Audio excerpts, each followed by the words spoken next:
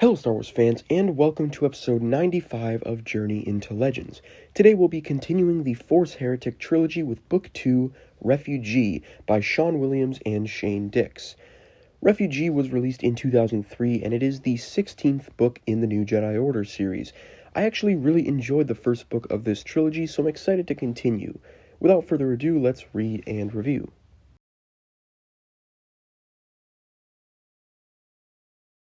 Continuing on their mission to sew the galaxy back together, Han, Leia, Jaina, Jag, and Tahiri head to Bakura to investigate a brewing crisis.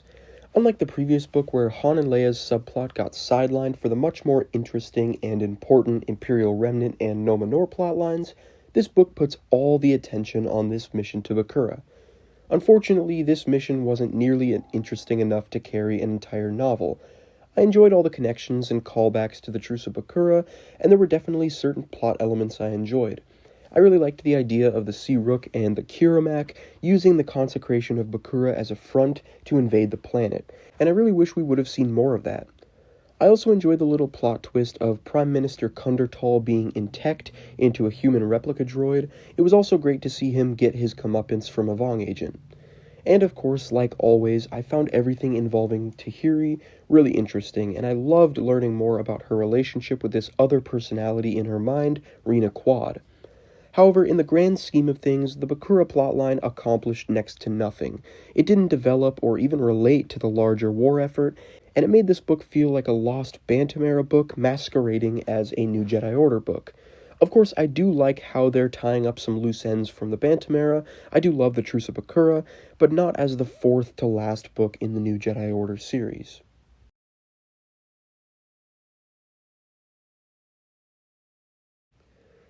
After getting a little sidetracked in the Imperial Remnant, Luke and his group are back on track on their search for Zonama Seco.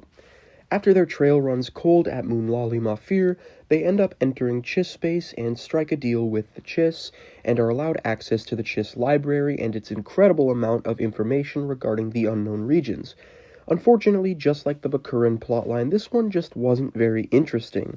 It was great to see Soontir Fel and his family again, and I really loved Jason's big eureka moment at the end, but this plotline was just them sitting in a library, half asleep, looking for mentions of Zonama Seco. Although Jason's reaction to seeing actual physical books was a lot of fun. Anyways, I'm really glad that we're finally going to see them reach Zonama Seco, hopefully in the next book, because I don't think I could take another book this slow.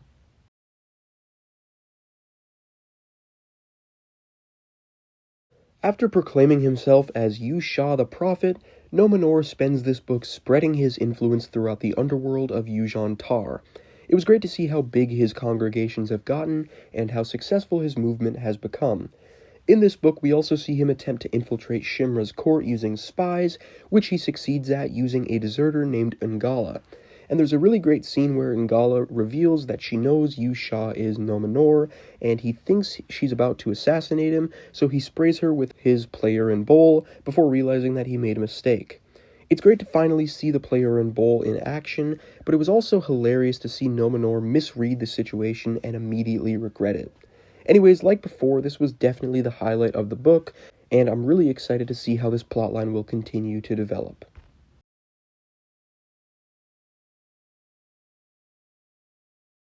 So overall, this book ended up being such a slog to get through. The only real highlight was the Numenor stuff. At least the previous book had the Imperial Remnant stuff to fall back on. This book didn't have anything. The Bakura plotline was so overstuffed and irrelevant, and the Chiss plotline was extremely underdeveloped and uneventful. I only hope that the next book can bring the trilogy to a worthwhile conclusion.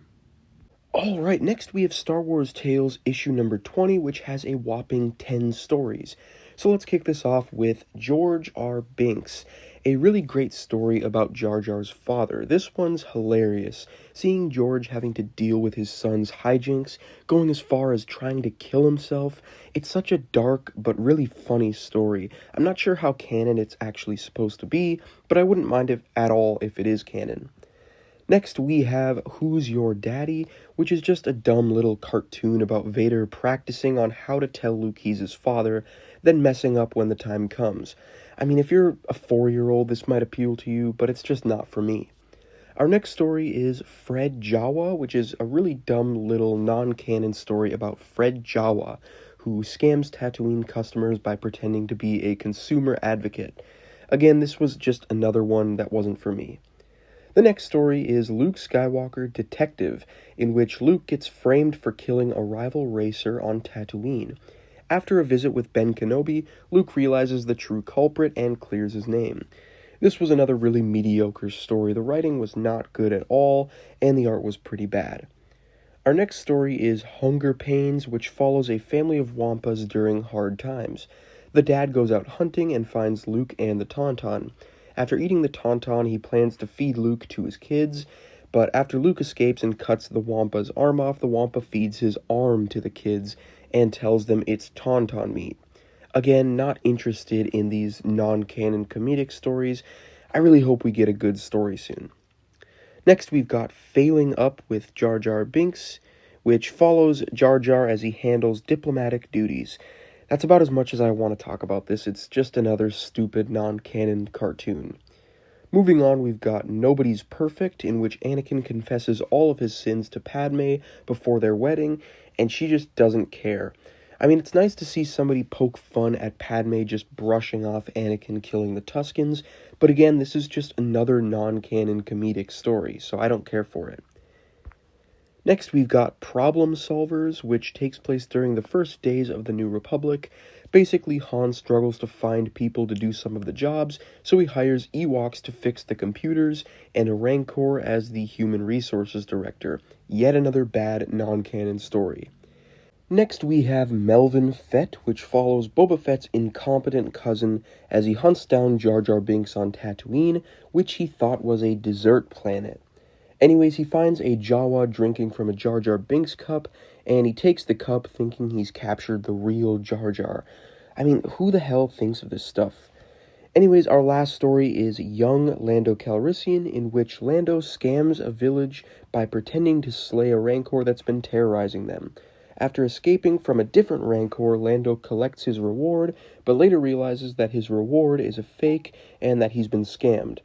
This was definitely better than most of the other stories in this issue, but it still wasn't great. So overall, this was by far the worst issue of Tales yet. Other than Jar Jar Binks, there was not a single story that I actually enjoyed. These were all non-canon comedic stories, but luckily starting with issue 21, the series becomes fully canonical, so hopefully we can look forward to some better issues to end the series. Thank you all for watching. Don't forget to like, comment, share, and subscribe, and stay tuned for my next video where I'll be finishing the Force Heretic trilogy with Book 3, Reunion. See ya.